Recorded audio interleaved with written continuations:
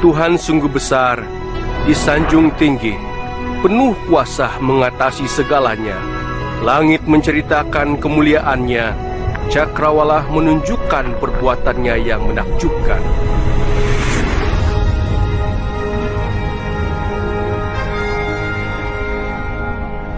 Setiap hari mereka berbicara, setiap malam mereka membuat dia dikenali.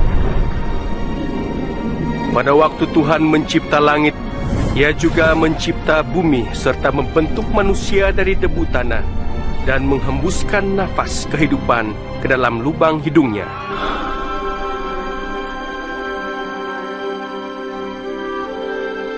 Tuhan yang Maha Kasih mencipta laki-laki dan perempuan menurut kepribadiannya sendiri untuk bersekutu dengan Dia. Dan pada mulanya mereka takut dan menghormati Tuhan serta hidup harmoni dengannya.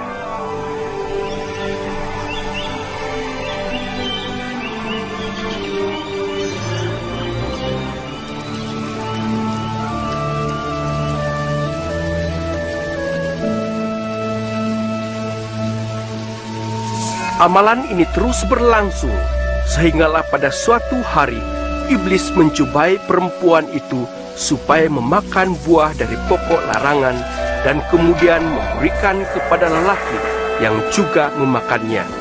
Dengan perbuatan itu, mereka memberontak terhadap Tuhan serta memilih jalan mereka sendiri.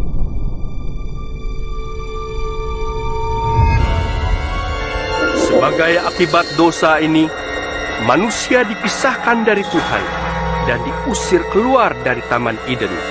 Tetapi Tuhan tetap mengasihi manusia. Tidak pernah dalam niat Tuhan untuk berpisah dengan ciptaannya.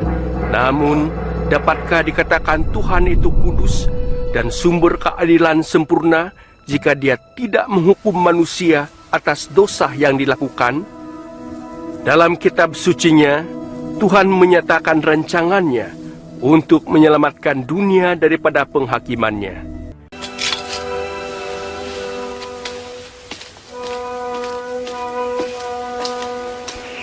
Jangan takut Maria, sebab Tuhan berkenan denganmu. Kamu akan mengandung dan melahirkan seorang anak lelaki, dan hendaklah kamu menamakannya Yesus. Bagaimana mungkin terjadi? Aku masih perawan. Roh Tuhan akan menyertaimu, sebab itu anak kudus itu akan digelar anak Tuhan yang maha tinggi. Kerajaannya tidak akan berkesudahan. Pada malam itu, malaikat Tuhan menjelma kepada beberapa orang gembala yang sedang menjaga domba, dan kemuliaan Tuhan menyinari mereka.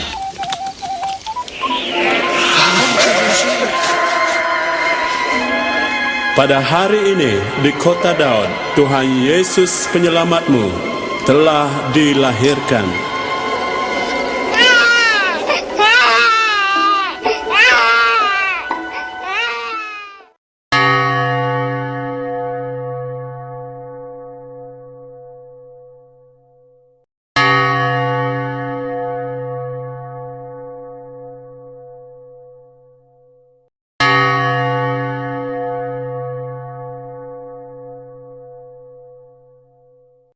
Bangsa yang berjalan di dalam kegelapan telah melihat terang yang besar. Mereka yang diam di negeri kekelaman, atasnya terang telah bersinar. Hari ini telah lahir bagimu Juru Selamat, Sang Terang Dunia, Immanuel, Tuhan beserta kita. Ia hadir di tengah kita, marilah kita berhimpun dan menyembah Dia, Tuhan kita. Mari kita memuji Tuhan bersama. Hai, mari berhimpun.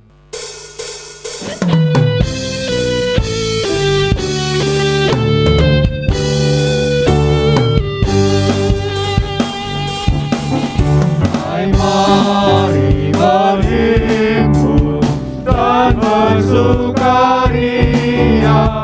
Mari semua ke Betlehem. Yang lain Raja bala surga, sembah dan puji Dia, sembah dan puji Dia,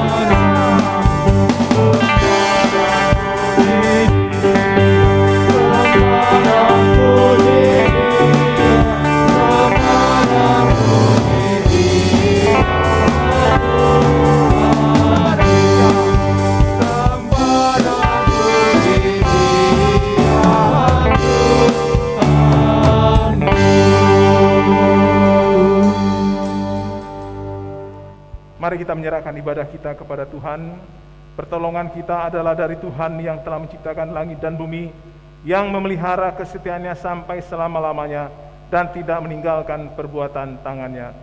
Turunlah atas saudara-saudara anugerah, damai, dan sejahtera dari Allah Bapa kita dan dari Tuhan kita Yesus Kristus dengan persekutuan Roh Kudus. Amin.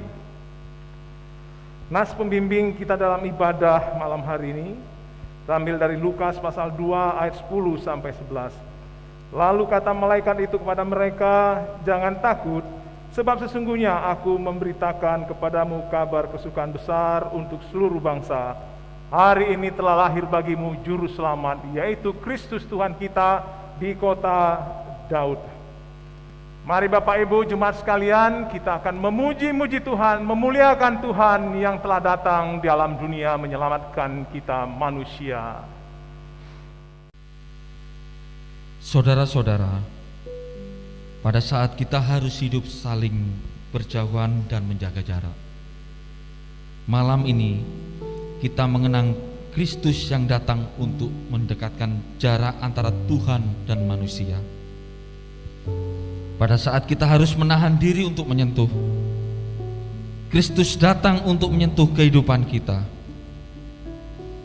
Pada saat pandemi membuat kita gelisah, kita takut, dan dilengkupi aneka pertanyaan. Ia lahir dan hadir sebagai Sang Immanuel, Allah beserta kita. Marilah kita hayati kembali sabda malaikat. Jangan takut, sebab sesungguhnya aku memberitakan kepadamu kesukaan besar untuk seluruh bangsa. Hari ini telah lahir bagimu juru selamat, yaitu Kristus Tuhan di kota Daud.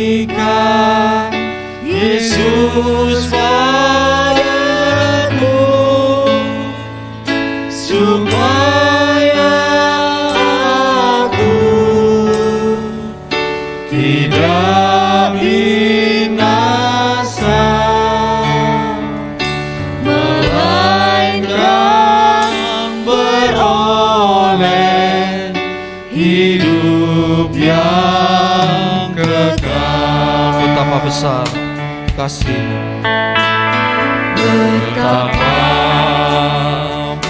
besar kasih-Mu Allahku, sehingga Kau berikan Yesus padaku, supaya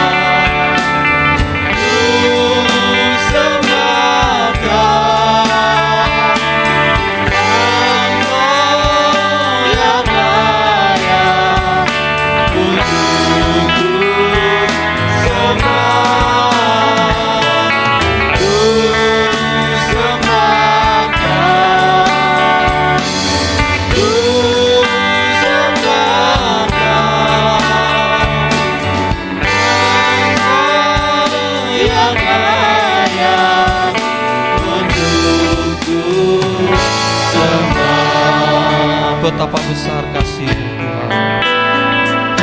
Betapa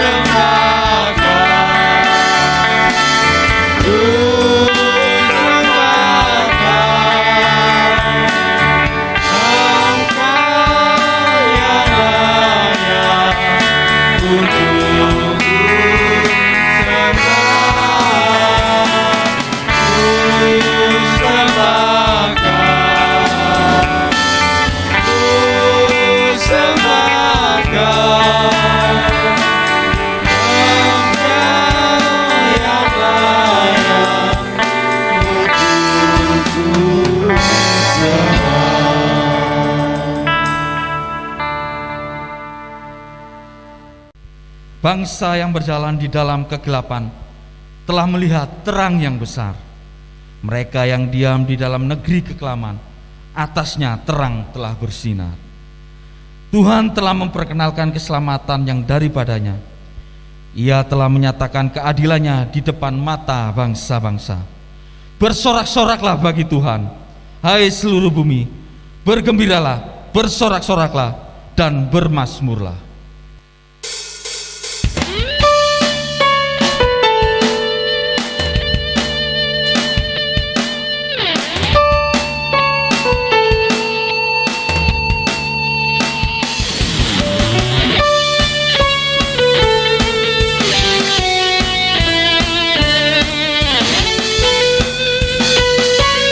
Dunia, gembiralah. Hai dunia, gembiralah dan sambut rajamu. Di hatimu terimalah, bersama bersujud, bersama bersujud, bersama-sama bersyukur.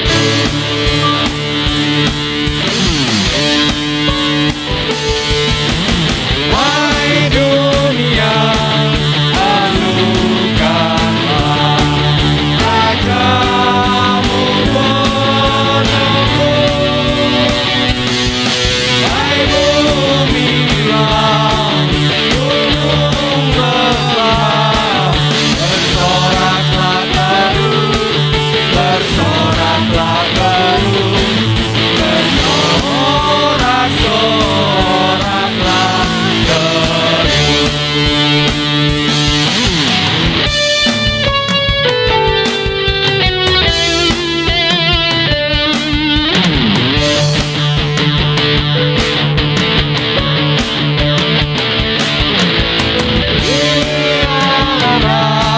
Raja semesta, besar dan mulia, masyurkanlah, hai dunia, besar anugerah, besar anugerah, besar anugerahnya.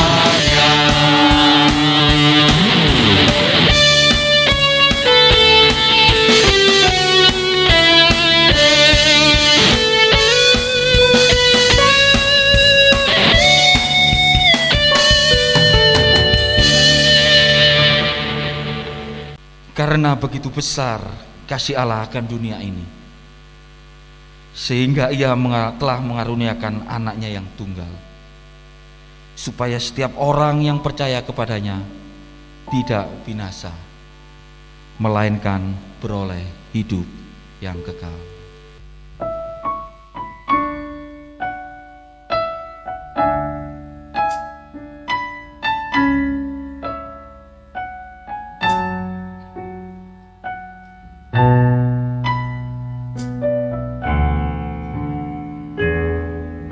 Seorang anak telah lahir untuk kita semua.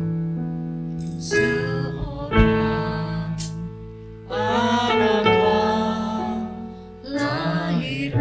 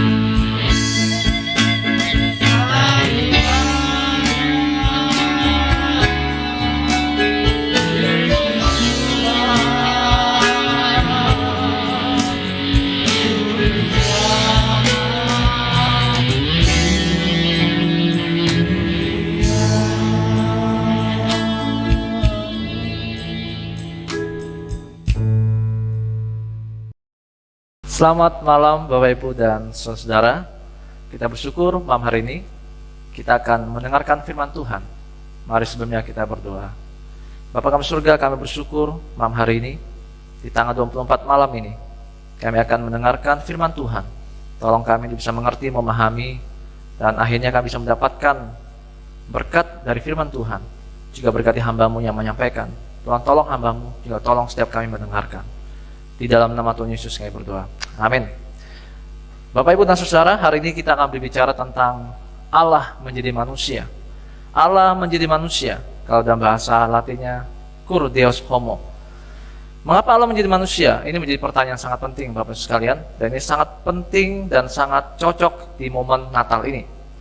Mari kita buka Filipi pasal 2 ayat 5-11. Filipi pasal 2 ayat 5-11 akan menjadi dasar perenungan kita untuk malam Natal hari ini. Filipi pasal yang kedua ayat 5 dan sampai yang 11. Saya akan bacakan buat Bapak Ibu. Ayat 5, hendaklah kamu dalam hidupmu bersama menaruh pikiran dan perasaan yang terdapat juga dalam Kristus Yesus, yang walaupun dalam rupa Allah tidak menganggap kesetaraan dengan Allah itu sebagai milik yang harus dipertahankan, melainkan telah mengosongkan dirinya sendiri dan mengambil rupa seorang hamba dan menjadi sama dengan manusia. Ayat 8, dan dalam keadaan sebagai manusia ia telah merendahkan dirinya dan taat sampai mati, bahkan sampai mati di kayu salib. Itulah sebabnya Allah sangat meninggikan dia dan mengaruniakan kepadanya nama di atas segala nama, supaya dalam nama Yesus bertekuk lutut segala yang ada di langit dan yang ada di atas bumi dan yang ada di bawah bumi, dan segala lidah mengaku Yesus Kristus adalah Tuhan, bagi kemuliaan Allah Bapa. Berbahagia setiap kita yang boleh membaca, merenungkan dan melakukannya dalam kehidupan sehari-hari. Bapak sekalian, topik tentang Allah menjadi manusia atau dalam bahasa teologinya inkarnasi merupakan topik yang merupakan topik inti dari ajaran Kristologi. Bahkan menjadi keunikan dari Kristen sendiri, Bapak sekalian. Agama-agama lain tidak ada yang mengajarkan topik ini, inkarnasi. Kalau kita tahu agama Buddha itu dari manusia menjadi Allah, ya. Dan agama-agama lain tidak berbicara tentang Allah menjadi manusia. Dan hanya Kristen yang mengajarkan inkarnasi, yaitu Allah menjadi manusia. Dan ada satu hal lagi yang perlu Bapak Ibu tahu, bahwa topik ini juga banyak orang salah pahami, sehingga muncul banyak ajaran-ajaran sesat. Dan ada 8 ajaran sesat yang muncul akibat karena tidak memahami doktrin ini dengan baik. Nah, karena begitu pentingnya doktrin ini, topik ini, maka di momen Natal ini mari kita belajar mendalami Allah menjadi manusia. Bapak sekalian, bahwa hari ini saya akan bahas 2 bagian. Yang pertama, kita akan melihat prinsip-prinsip tentang inkarnasi, dan yang kedua kita melihat mengapa inkarnasi itu penting buat kita, mengapa Allah menjadi manusia. Yang pertama kita akan masuk dalam prinsip yang pertama kita akan masuk dalam prinsip bahwa Allah menjadi manusia itu adalah satu tindakan, bentuk Allah merendahkan diri di hadapan Allah, menundukkan diri, bahwa Allah merendahkan diri di hadapannya. Mari kita lihat dengan yang pertama, bahwa prinsip yang pertama, ketika Allah menjadi manusia itu tidak dipaksakan secara eksternal. Apa yang dimaksud dengan dipaksakan secara eksternal? Artinya ketika Allah mau menjadi manusia, itu bukan karena tuntutan dari kuasa iblis, bukan juga karena permintaan dari manusia, tapi karena apa? Karena itu karena kehendaknya sendiri, karena kehendak Tuhan.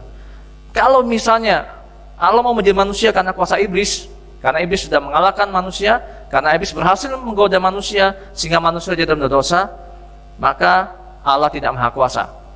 Tetapi kita bersyukur bahwa Allah mau jadi manusia bukan karena faktor itu, tapi karena memang kehendaknya sendiri. Jadi Allah mau jadi manusia itu karena kehendak Tuhan. Ini yang pertama, prinsip yang pertama yang harus perlu kita ketahui. Prinsip yang kedua, bahwa Allah mau menjadi manusia itu sangat diperlukan, dan itu adalah merupakan hikmat Allah. Artinya begini Bapak sekalian, Tuhan itu sangat bijaksana, sangat-sangat bijaksana, yang berarti dia tidak akan melakukan sesuatu yang tidak perlu dia lakukan. Karena Tuhan tahu bahwa inkarnasi itu perlu dilakukan, maka Allah mau melakukan itu. Allah mau menjadi manusia. Ada satu pertanyaan yang sering muncul ketika bicara tentang Allah mau menjadi manusia. Mengapa sih Allah mau repot-repot jadi manusia? Mengapa sih Allah tidak mau dari di atas surga langsung mengampuni dosa? Sekejap langsung semua manusia diampuni dosanya. Kan bisa. Nah, tapi yang kita lihat bahwa Tuhan sangat bijaksana. Tuhan tidak pernah salah ya melakukan sesuatu di luar kehendaknya. Karena itulah inkarnasi merupakan sesuatu yang diperlukan, dan itu adalah hikmatnya Allah. Ini prinsip yang kedua. Prinsip yang ketiga, Bapak sekalian, tentang inkarnasi. Bahwa Yesus mau menjadi manusia, Allah mau menjadi manusia, itu bersifat sukarela. Apa artinya? Artinya, Yesus mau menjadi manusia, itu karena keinginan dirinya sendiri. Karena dia ingin mengasihi manusia. Karena kita tahu bahwa Tuhan itu adil. Tuhan itu adil. Tuhan tidak pernah mau memaksa orang yang tidak bersalah untuk mati atau menanggung dosa orang yang bersalah. Sekali lagi, karena Tuhan itu adil, Tuhan tidak pernah mau memaksa orang yang tidak bersalah untuk menanggung dosa orang yang bersalah. Tapi Yesus, dia mau menanggung orang yang bersalah. Dia tidak bersalah, tapi dia mau menanggung orang bersalah. Itu karena apa? Karena dia sukarela. Karena Kristus sendiri yang mau mati buat kita dan datang untuk kita. Nah, Bapak sekalian, beberapa prinsip ini memperlihatkan bahwa inkarnasi merupakan tindakan hikmat dan tindakan otoritas Tuhan. Dan karena itulah kita tidak bisa menolak fakta ini, dan harusnya kita bersyukur dan harusnya kita bangga punya keunikan bahwa Tuhan mau menjadi manusia. Itu sesuatu yang penting. Itu ada tindakan Allah yang sangat penting. Cuma pertanyaannya, mengapa Tuhan melakukan itu? Inilah akan kita renungkan bersama-sama. Mengapa Tuhan mau melakukan hal penting ini? Yaitu Allah sampai-sampai menjadi manusia. Maka kita akan masuk, dilihat di Filipi pasal yang ke-2 ayat 5-11 ini yang tadi kita baca, menjadi dasar kita merenungkan bagian ini. Bapak sekalian, ayat yang ke-5 kalau kita baca, saya akan bacakan sekali lagi. Hendaklah kamu dalam hidupmu bersama menaruh pikiran dan perasaan yang terdapat juga dalam Kristus Yesus. Ini konteksnya adalah bagaimana kita harus rendah hati seperti Kristus yang rendah hati. Ini ada suatu nasihat dari Paulus untuk jemaat Filipi, bagaimana kita harus bersatu dalam komunitas dan rendah hati satu sama lain seperti Kristus. Nah, pertanyaannya, seperti Kristus seperti apa rendah hatinya? Ayat yang 5, ayat 6 sampai 11 ini akan menjadi pelajaran penting kita. Bagaimana Allah merendahkan dirinya, sekaligus ini menjadi jawaban mengapa Allah mau menjadi manusia. Ayat 6 dikatakan bahwa yang walaupun dalam rupa Allah tidak menganggap kesetaraan dengan Allah itu sebagai milik yang harus dipertahankan, melainkan telah mengosongkan dirinya sendiri dan mengambil rupa seorang hamba dan menjadi sama dengan manusia. Perhatikan Bapak Ibu sekalian, yang walaupun dalam rupa Allah tidak menganggap kesetaraan dengan Allah itu sebagai milik yang harus dipertahankan. Sini ada dua kata yang harus kita perhatikan, rupa Allah dan kesetaraan Allah. Sekali lagi, rupa Allah dan kesetaraan Allah. Pertanyaannya adalah, ketika Allah menjadi manusia, adalah yang saya mau tanyakan, apa yang dimaksud dengan Allah menjadi manusia? Rupa Allah yang dihilangkan atau kesetaraan Allah yang dihilangkan? Nah, ini menjadi polemik yang luar biasa Bapak sekalian. Saya baca sejarah dari abad pertama hingga abad yang ketiga, 300 tahun orang Kristen, orang percaya berpolemik tentang konsep ini, bahwa ketika Allah menjadi manusia, apa yang terjadi ketika perubahan itu? Nah, setelah saya mendalami Bapak Ibu sekalian, dan saya belajar bahwa ternyata ketika Allah mengambil rupa manusia, Allah tidak pernah meninggalkan atributnya sebagai Allah. Atau saya sekali ulangi, bahwa Allah tetap setara, Yesus tetap setara dengan Allah, tapi rupa Allahnya yang Yesus tinggalkan. Apa maksudnya? Begini, saya kasih contoh. Seorang raja, kemuliaan raja itu apa? Rupanya raja apa? Yaitu punya mahkota, punya jubah. Ketika seorang raja melepaskan mahkotanya dan jubahnya, saya tanya, apakah dia tetap seorang raja? Kita setuju? Ya, dia seorang raja, walaupun tidak ada mahkota, walaupun tidak ada jubahnya. Nah, ini seperti itulah yang dimaksud dengan rupa Allah dan kesetaraan Allah. Ketika Allah menjadi manusia, Yesus tetap sebagai Allah, dia setara dengan Allah. tapi rupa Allah, kemuliaannya ditinggalkan, dilepaskan. Supaya apa? Supaya tentunya bisa bertemu dengan manusia. Tentunya bisa berkomunikasi dengan manusia. Kita tahu jika Tuhan tidak menjadi manusia, Allah yang penuh kemuliaan, tidak ada satupun manusia bisa melihat Allah. Karena kemuliaan Tuhan Allah sangat terang, membuat manusia bisa buta. Nah, karena itulah Allah meninggalkan kemuliaannya, rupa Allah diubah menjadi rupa manusia, ditambahkan rupa lagi, yaitu rupa manusia. Jadi dia tetap setara dengan Allah, tapi diubah adalah rupa Allah. Nah, ini penting kita pahami. Mengapa? Karena Bapak sekalian, ada beberapa ajaran sesat yang mengajarkan bahwa sebenarnya Yesus waktu jadi manusia benar-benar keilahiannya ditinggalkan, jadi hanya manusianya saja. Nah, ini ada ajaran yang sangat sesat. Ini ajaran Arianus, muncul saksi Yehova. Saksi Yehova adalah awal dari Arianus. Arianus memahami bahwa Yesus ketika Tuhan menjadi manusia, yaitu Yesus itu hanya benar-benar manusia, bukan Allah. Keilahiannya hilang.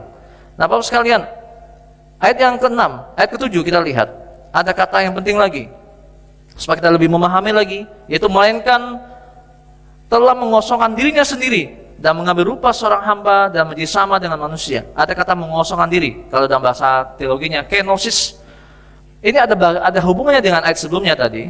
Nah, pertanyaan saya adalah begini, kenosis mengosongkan diri, apa artinya mengosongkan diri? Ketika Allah menjadi manusia, apakah Allah benar-benar melepaskan atributnya, keilahiannya? Nah, ada dua pandangan tentang arti kenosis, mengosongkan diri. Yang pertama, bahwa yang dimaksud dengan kenosis adalah bahwa ketika Allah menjadi manusia, Yesus itu melepaskan semua atributnya, melepaskan semua maha kuasanya, maha hadirnya, semua dilepaskan, sehingga benar-benar menjadi seorang hamba yang seorang hamba yang seperti manusia, seperti kita. Nah, yang kedua, pandangan kedua adalah bahwa dia tetap mempertahankan atribut Allahnya, namun ketika Allah mengambil rupa manusia, ditambahin lagi satu natur, Allah membatasi, atau Allah menggunakan sekali-sekali, atau Allah menggunakan atributnya itu nggak selalu digunakan. Paham maksudnya Bapak Ibu? Bahwa Allah membatasi atributnya. Nah, saya lebih setuju yang pandangan kedua, bahwa kata kenosis mengosongkan diri bukan berarti mengosongkan benar-benar kosong semua. 0 belas, enggak, bukan itu artinya. Kalau sampai itu terjadi, lagi-lagi akan ada muncul ajaran sesat. Artinya mengosongkan diri benar-benar Tuhan Yesus waktu menjadi manusia, dia membatasi dirinya. Ayat 6 tadi melepaskan kemuliaannya, rupanya yang diubah, tapi tetap setara dengan Allah. Kata mengosongkan diri artinya dia tetap sebagai Allah yang punya atribut maha kuasa, maha hadir, tetap ada, tapi dia dibatasi, membatasi. Sehingga muncul ada natur yang baru, namanya rupa manusia. Nah, Bapak sekalian, ini sangat-sangat penting kita perhatikan. Kalau tidak, maka kita akan salah memahami Kristus. Saya pernah mendengar istilah dari pendeta Stephen Tong. Kalau kita salah memahami doktrin ini, maka kita salah memahami Kristus. Nah, saya akan membacakan beberapa ajaran sesat tentang Kristus ini, yang dua natur, Allah dan manusia. Karena memang sangat membingungkan bagi kita yang kalau kita tidak memahami dengan baik. Paling tidak ada 8 ajaran sesat yang muncul, Bapak sekalian.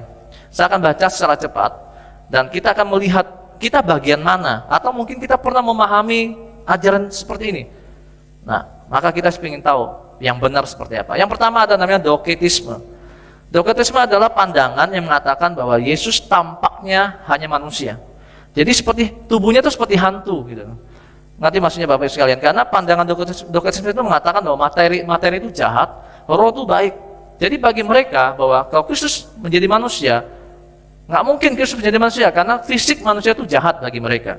Sehingga bagi mereka ketika Yesus menjadi manusia, itu manusia itu hanya tubuh seperti hantu aja, hanya bayang-bayang aja, hanya tampaknya seperti manusia. Ini doketisme. Ini ajaran sesat. Yang kedua ada namanya ebionisme. Ebionisme adalah menyangkal keilahiannya. Ya, dia mengatakan bahwa Yesus hanya manusia biasa, bahkan Yesus itu lahir dari seorang yang tidak perawan. Jadi sebenarnya Yesus itu lahir dari Yusuf dan Maria berhubungan badan. Ketika Yusuf dan Maria berhubungan badan, lahirlah Yesus. Nah, tentu ini ajaran sesat. Kita tahu bahwa Yesus lahir itu bukan karena hubungan badan Yusuf dan Maria, tapi karena Roh Kudus. Kemudian ketiga, Arianisme yang tadi saya bacakan. Bahwa Arianisme itu Yesus itu adalah ciptaan yang pertama dan terbesar dari Allah. Jadi Yesus itu bukan Tuhan, tapi Yesus itu ciptaan pertama dari Tuhan. Dan Yesus itu hanya sebagai manusia. Ini muncul ajaran sesat Sasiova saat ini yang kita kenal. Ada lagi yang keempat, Bapak sekalian. Ada namanya Apollinarianisme. Apollinarianisme adalah mengatakan bahwa Tuhan Yesus itu hanya apa? Hanya meminjam tubuhnya manusia. Nah, perhatikan, ini juga salah. Yesus waktu menjadi manusia itu hanya mengambil tubuh jasmaninya aja. Jadi dengan kata lain, Yesus bukan manusia utuh, bukan manusia yang sejati, hanya pinjam tubuh saja. Nah, ini juga ajaran sesat, Bapak sekalian. Ada yang kelima, yaitu Nestorianisme. Dia itu mengatakan bahwa dua pribadi dan dua natur. Tentu ini adalah juga ajaran sesat. Mengapa bisa sesat? Karena kelompok ini, Nestorianisme, mengatakan bahwa Yesus itu dua pribadi dan dua natur. Jadi Yesus itu dua pribadi ganda gitu loh. Itu hal yang aneh. Yang kita pahami adalah Yesus satu pribadi tapi dua natur, Allah dan manusia. Nah, saya berharap Bapak bisa memahami doktrin ini bahwa Yesus satu pribadi Yesus tetap satu. Cuma dalam pribadi Yesus ada dua natur, natur Allah dan natur manusia. Mengapa ini penting? Nanti kita akan bahas poin selanjutnya.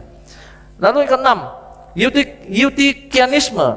Ya, Eutikianisme adalah ajaran sesat mengatakan bahwa naturnya Allah, naturnya Yesus, Allah dan manusia itu tercampur gitu. Jadi tercampur sehingga muncul namanya zat ketiga. Jadi bukan Allah, bukan manusia, muncul model yang baru gitu loh. Jadi Yesus itu bukan manusia, juga bukan Allah, tapi muncul model yang baru. Ini ada ajaran sesat yang juga kita hati-hati. Yesus bukan muncul zat yang ketiga atau model baru. Yesus ada tetap satu pribadi, dua natur tadi. Dia tidak mengubah, tidak tercampur naturnya, tapi dalam satu kesatuan. Kemudian ada yang ketujuh, disebut dengan monofisitisme. Dari kata mono kita udah tahu, tunggal ya. Artinya bahwa Kristus hanya satu natur manusia diserap dalam natur ilahinya. Nah, ini juga bahaya. Bahwa artinya Yesus tadi satu pribadi dan hanya satu natur. Natur Allahnya yang menyerap natur manusianya ke dalam naturnya Allah. Itu juga salah. Yang terakhir, ajaran sesat mengenai inkarnasi adalah monotelitisme, yaitu bahwa Kristus hanya memiliki satu kehendak. Sesungguhnya waktu Yesus lahir menjadi manusia, dia sekaligus Allah, sekaligus manusia, kehendaknya cuma satu. Ini juga salah. Nah, kita mengatakan bahwa dalam pribadi Yesus, walaupun satu pribadi tapi dua kehendak. Kehendaknya Allah dan kehendak sisi manusianya. Kita bisa lihat semua itu dari kehidupan Tuhan Yesus. Nah, Bapak sekalian, inilah informasi atau catatan-catatan bahwa karena saking salah mengertinya tentang ajaran ini, sehingga muncul banyak aliran sesat. Karena itulah, kita coba sekarang masuk ke poin selanjutnya. Lalu mengapa Allah harus menjadi manusia? Kenapa begitu ribetnya doktrin ini? Kenapa Tuhan mau repot-repot jadi manusia? Inilah yang kita ingin bahas, Bapak sekalian. Nah, bersyukurnya Bapak sekalian, Alkitab menyatakan itu dengan jelas. Nanti kita akan lanjut ke ayat 8, 9, 10, 11. Itu menjadi proses mengapa Allah menjadi manusia. Tentunya Allah mau menjadi manusia tujuannya untuk menebus kita. Betul ya? Kita tahu itu. Allah mau menebus kita. Allah mau menyelamatkan kita. Cuma pertanyaan lagi-lagi kita balikkan pertanyaan dasar kita. Lalu kenapa repot-repot jadi manusia? Kan Allah bisa menyelamatkan kita, bisa mengampuni kita dengan dari surga sudah cukup. Nah, inilah kita harus perhatikan. Bahwa untuk syarat menjadi seorang penebus, itu harus dua syarat. Syarat pertama, dia harus ada manusia yang sejati, manusia yang tidak berdosa. Syarat yang kedua, dia harus adalah Allah yang bisa mengalahkan hukuman kekal atau bisa menanggung hukuman kekal, bahkan melampaui hukuman kekal. Nah, dua syarat ini, saya tanya, siapa yang punya syarat seperti ini? Dalam dunia, manusia tidak ada yang punya syarat ini. Karena kita semua manusia berdosa, dan kita bukan Allah. Dan kita bersyukur, juru selamat kita punya syarat ini, yaitu Tuhan Yesus. Dia juga adalah manusia sejati, 100%, tapi juga Allah yang bisa mengampuni dosa. Dia menjadi manusia untuk mewakili kita sebagai manusia, tapi sebagai Allah, dia juga bisa mengampuni dosa kita, melampaui hukuman kekal kita. Itulah penting mengapa Allah menjadi manusia. Ayat 8, 9, 10 dikatakan. Ayat 8 itu merupakan tindakan Allah sebagai manusia, ya. Ketaatannya dikatakan itu merupakan titik paling bawah. Dikatakan dan dalam keadaan sebagai manusia, ia telah merendahkan dirinya dan taat sampai mati, bahkan sampai mati di kayu salib. Nah, Bapak sekalian, ini adalah tujuan dari inkarnasi, bahwa Allah harus menjadi manusia dan harus taat sampai mati, yaitu kayu salib. Ini momen Natal. Kenapa kita bahas tentang kematian Yesus?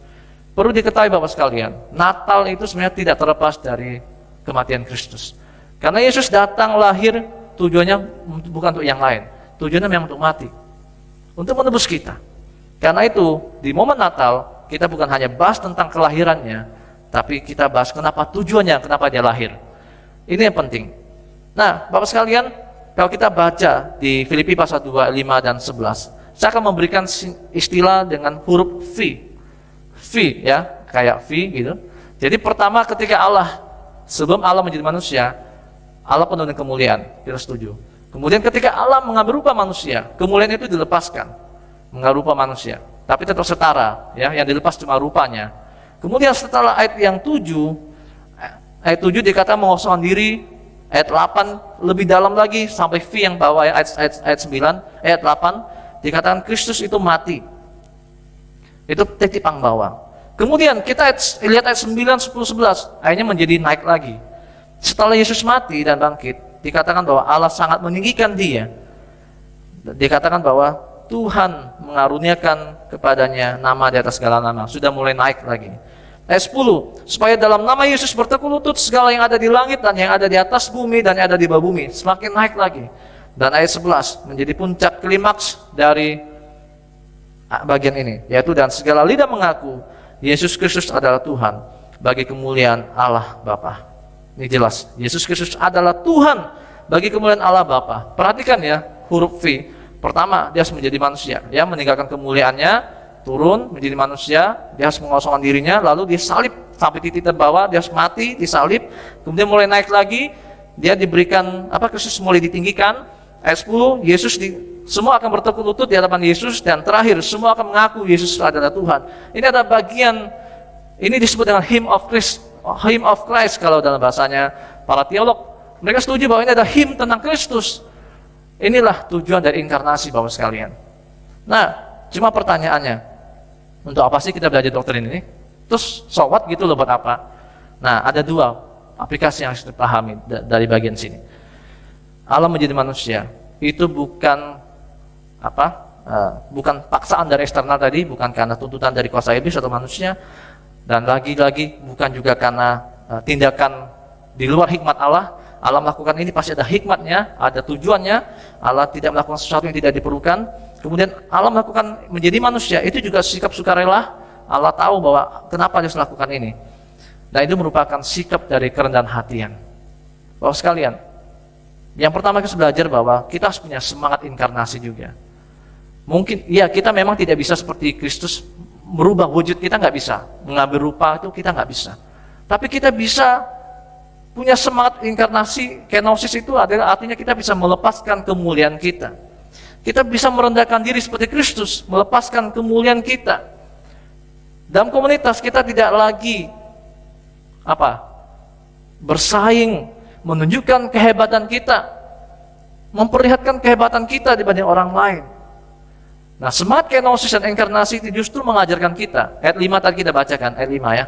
Ayat 5 kan ini merupakan, kita kembali ke konteksnya lagi, bahwa Filipi pasal 2 ini merupakan himbauan dari Paulus supaya jemaat bisa hidup bersatu dengan rendah hati, yaitu meneladani Kristus. Ayat 5 dikatakan, hendaklah kamu dalam hidupmu bersama menaruh pikiran dan perasaan yang terdapat juga dalam Kristus Yesus. Artinya kita harus mengikuti pikirannya Kristus dan teladan Kristus, yaitu bagaimana Yesus melepaskan kemuliaannya, ya, lalu kemudian mau mati, taat di situ, kemudian hanya ditinggikan. Nah, kita perlu Bapak sekalian dalam komunitas kita punya semangat kenosis ini, semangat inkarnasi, yaitu kita mau melepaskan kemuliaan diri kita. Untuk apa? Apakah untuk supaya kita diinjak-injak atau dan sebagainya, tentunya proses waktu kita melepaskan kemuliaan, kita akan merasakan banyak efek. Ya, kita mungkin akan disakiti, kita mungkin tidak dianggap dan sebagainya. Tapi ingat bahwa semua itu akan akhirnya waktunya kita akan ditinggikan menurut caranya Tuhan. Ini yang kita perlu pahami yang pertama, Bapak sekalian. Yang kedua, kita juga perlu belajar bagaimana bahwa dalam komunitas kita harus menjadikan Kristus sebagai teladan kita. Nah, kita harus bersyukur. Maka respon aplikasi kedua adalah kita harus bersyukur bagaimana Allah telah mengambil tindakan inkarnasi ini. Untuk apa? Untuk supaya kita punya kemenangan atas setan, kemenangan atas dosa. Dan disitulah kita punya standar perilaku hidup kita. Etos hidup kita berdasarkan narasi inkarnasi ini. Bapak sekalian, saya berharap khotbah hari ini tidak membuat kita bingung atau bahkan membuat kita justru tidak memahami bagian ini. Sekali lagi, saya katakan bahwa Allah menjadi manusia itu tindakan yang paling fenomena dalam dunia ini. Nah, itu tindakan betapa Allah mengasihi kita. Itu menunjukkan betapa Allah rendah hati mau lepaskan kemuliaannya, mengarupa manusia untuk kita. Tujuannya apa? Untuk menggantikan posisi kita. Hanya dengan cara inilah semua proses penebusan bisa berjalan baik. Bahwa Dia Allah dan juga sekaligus Allah, juga sekaligus manusia yang bisa menanggung dosa kita, bisa mewakili kita. Namun respon kita adalah bagaimana kita harus meneladani Kristus, yaitu punya semangat inkarnasi, semangat kenosis, melepaskan kemuliaan kita. Dan di momen Natal ini, mari kita tunjukkan bahwa kita bukan mencari kemuliaan diri kita. Justru di tengah momen Natal ini, kita mau melepaskan kemuliaan kita. Yang kita perlu ingat bahwa Kristus yang telah datang juga direndahkan, tapi juga ditinggikan pada akhirnya. Dan yang kedua, kita harus bersyukur bahwa dengan kelahiran Kristus dan inkarnasi ini, kita bisa dapat kemenangan atas setan dan dosa. Pertanyaan terakhir saya adalah apa makna Natal buat Bapak Ibu? Apa makna Natal buat Bapak Ibu? Maknanya adalah bahwa Kristus telah datang dan memberikan kemenangan buat kita. Dan saya akan tutup dengan satu dari kutipan dari Anselmus dari bukunya Cur Deus Homo. Bapak sekalian, ini bukunya sangat singkat, hanya 64 halaman. Nanti Bapak Ibu kamu dapatkan bisa, saya akan kasih. Dia mengatakan bahwa Kristus itu sebagai perantara manusia ilahi yang memberikan kehormatan positif kepada Allah, juga sekaligus menanggung konsekuensi negatif kita. Ada kata positif dan negatif. Artinya gini, karena manusia gagal menghormati Tuhan, karena manusia gagal menghormati Tuhan dengan hidup dalam dosa, maka Kristus yang sudah datang jadi manusia ini sebenarnya untuk memberikan dua hal. Satu, untuk menghormati Tuhan dengan kematiannya. Yang kedua, juga untuk menanggung kenegatifan kita, konsekuensi negatif kita. Nah, sehingga semua itu terpenuhi. Allah disenangi, kemudian kita diselamatkan. Itulah inti dari Natal semuanya, dari inkarnasi. Mari Bapak sekalian kita berdoa dan kita minta hikmat Tuhan, pertolongan Tuhan untuk terus memahami bagian ini, bahwa kita harus punya semangat seperti yang Kristus lakukan. Mari kita berdoa. Bapa kami surga, kami bersyukur malam hari ini kami telah belajar tentang inkarnasi, bagaimana Allah mau menjadi manusia. Mungkin bagi sebagian orang menganggap bahwa mengapa Tuhan begitu repot-repot harus datang menjadi manusia? Bukankah Allah bisa melakukan tindakan penyelamatan di atas surga saja? Namun ketika kami memahami bahwa Allah ketika mengambil keputusan, kehendak untuk mau berubah menjadi manusia, itu bukan tindakan yang di luar rencana Tuhan. Karena Tuhan maha hikmat, Tuhan penuh dengan hikmat. Kebiasaan Tuhan ketika mau melakukan inkarnasi ini, ada maksudnya, ada tujuannya. Dan Tuhan melakukan ini juga bukan karena tuntutan dari kuasa iblis, karena telah berhasil menjatuhkan manusia dalam dosa. Juga bukan dari tuntutan manusia, tapi karena memang kehendak Tuhan. Dan Tuhan mau jadi manusia juga bukan karena paksaan, tapi karena sukarela, karena Tuhan mengasihi kami. Dan mengapa Allah mau jadi manusia? Karena Tuhan tahu bahwa hanya dengan cara ini semua hal bisa diselesaikan, yaitu masalah dosa. Bahwa murka Allah bisa diredakan dengan kematian Kristus. dan kami semua bisa kembali diselamatkan. Tuhan, kami bersyukur bahwa semangat ini, di mana Kristus meninggalkan kemuliaannya, menjadi teladan buat kami, bagaimana kami juga harus menanggalkan kemuliaan kami, sehingga akhirnya kami juga bisa ditinggikan seperti Kristus ditinggikan. Semua orang berseru bahwa Yesus adalah Tuhan, maka kami juga ingin menjadi anak-anak Tuhan yang membuat orang berseru kepada Kristus adalah Tuhan. Di momen Natal ini bukan bicara tentang hanya kelahiran, bukan hanya bicara tentang hadiah, tapi bagaimana kami berbicara tentang Yesus mau menjadi penebus kami, dan Yesus mau menolong kami untuk menang atas dosa dan kuasa maut. Terima kasih Bapak, ini doa kami. Kami berdoa juga untuk ibadah besok tanggal 25 Natal bersama. Kiranya Tuhan menolong kami semua bisa menikmati Natal dari hamba-Mu yang baik firman Tuhan, WL Singer, pemain musik, dan juga acara demi acara, biar kami bisa memaknai Natal lebih dalam lagi. Dan kami berdoa juga Tuhan untuk jemaat Tuhan yang sedang sakit, Tuhan juga boleh sembuhkan, Tuhan pulihkan. Dan kami berdoa juga sekali lagi untuk jemaat-jemaat Tuhan yang sudah lama tidak ke gereja, biar di momen Natal ini mereka boleh sadar kembali bahwa Allah datang untuk kami semua. Dan kami berdoa di dalam nama Tuhan Yesus yang telah mengajar kami berdoa. Bapa kami di surga, dikuduskanlah nama-Mu, datanglah kerajaan-Mu, jadilah kehendak-Mu di bumi seperti surga. Berikanlah kami pada hari ini makanan kami yang secukupnya, dan ampunilah kami akan kesalahan kami, seperti kami juga mengampuni orang yang bersalah pada kami, dan janganlah membawa kami ke dalam pencobaan, tapi lepaskanlah kami daripada yang jahat, karena Engkau yang punya kerajaan dan kuasa dan kemuliaan sampai selama-lamanya. Amin. God bless, Tuhan Yesus memberkati.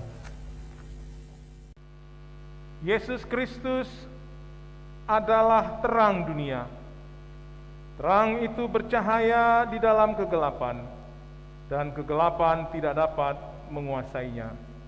Marilah kita menyalakan lilin yang ada di tangan kita, di rumah kita masing-masing.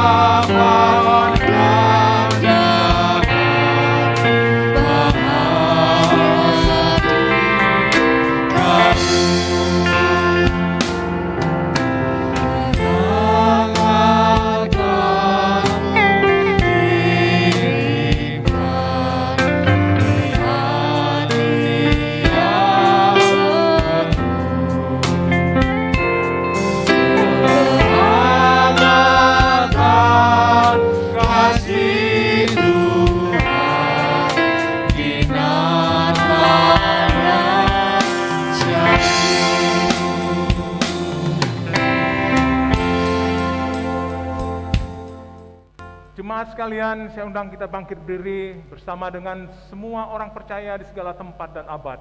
Kita mengakui iman rasuli kita. Aku percaya kepada Allah, Bapa yang Maha Kuasa, Khalik langit dan bumi, dan kepada Yesus Kristus anaknya yang tunggal Tuhan kita, yang dikandung dari Roh Kudus, lahir dari anak darah Maria, yang menderita sengsara di bawah pemerintahan Pontius Pilatus, disalibkan, mati dan dikuburkan, turun ke dalam kerajaan maut. Pada hari yang ketiga bangkit pula dari antara orang mati, naik ke sorga, duduk di sebelah kanan Allah, Bapa yang Maha Kuasa. Dan dari sana ia akan datang untuk menghakimi orang yang hidup dan yang mati. Aku percaya pada Roh Kudus, gereja yang kudus dan am, persekutuan orang kudus, pengampunan dosa, kebangkitan tubuh, dan hidup yang kekal. Amin. Jemaat sekalian, mari kita memuji, memuliakan Tuhan. Dia Tuhan Allah kita yang maha tinggi, rela turun ke bumi untuk memberikan kepada kita belas kasih sayangnya. Mari kita memuliakan Tuhan, muliakanlah, muliakanlah.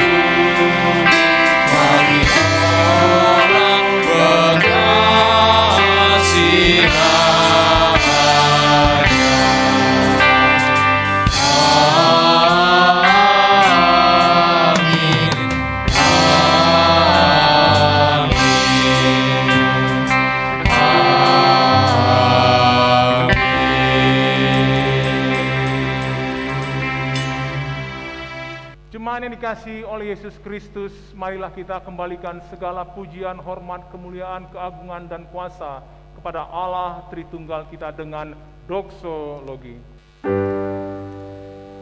Bagi Bapa, Anak, dan Roh, puji, hormat, dan mulia, dulu, sekarang, tak berubah, hingga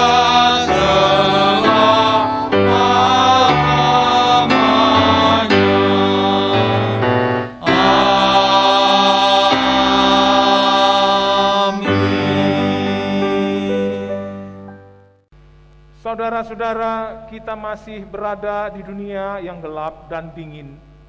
Dunia yang masih diselimuti oleh virus yang memporak-porandakan hidup manusia, yang memunculkan krisis, penderitaan, kerusuhan, dan kekerasan di berbagai penjuru bumi.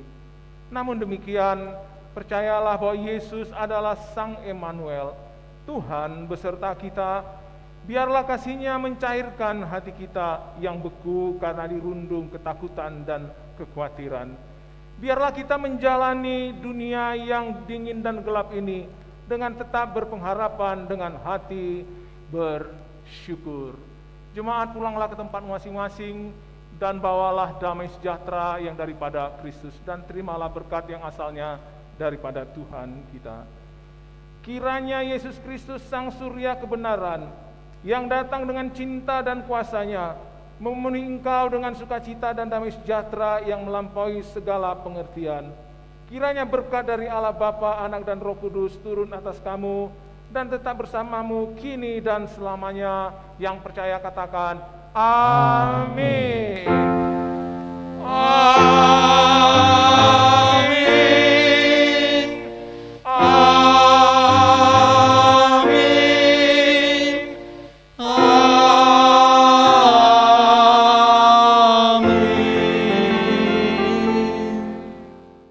Jemaat, ibadah selesai pada malam hari ini.